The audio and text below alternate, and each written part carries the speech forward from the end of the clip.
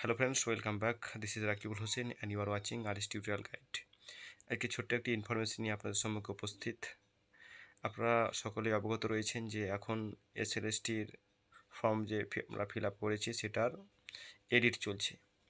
শেষ যে নোটিফিকেশনটার মাধ্যমে আমরা জানতে পেরেছি সেখানে আপনারা ক্যাটাগরি আপনারা আপডেট করতে পারবেন, তার সঙ্গে সঙ্গে যাদের ফটো এবং সিগনেচার প্রবলেম ছিল তারা খুব সহজেই সেই ফটো এবং সিগনেচারটা আপডেট করে নিতে পারবেন।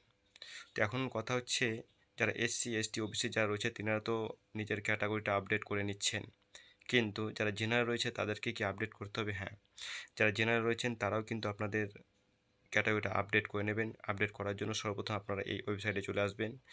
অ্যাপ্লোনায় ক্লিক করে আপনাদের application ID, mobile number, password দিয়ে লগ ইন করবেন। লগ ইন করার পরেই সেকেন্ড অপশানে আপনারা দেখতে পারবেন ওখানে ক্যাটাগরি আপডেট, সেখানে ক্লিক করবেন। ক্লিক করার পরেই সর্বপ্রথম আপনারা সেখানে ক্যাটাগরি নট মেনশন ওখানে সিলেক্ট থাকবে, ওখানে নট মেনশন করবেন। তার সেকেন্ড অপশানে যাবেন, সেখানে আপনারা দেখতেই পারবেন যে জেনারেল অনেক কটি অপশান থাকবে। অপশানের মধ্যে আপনি জেনারেলটা চুজ করার পরে সেখানে সাবমিট অপশানে ক্লিক করতে হবে। ক্লিক করার পরেই আপনাদের রেজিস্টার মোবাইল নাম্বার একটি ওটিপি চলে যাবে।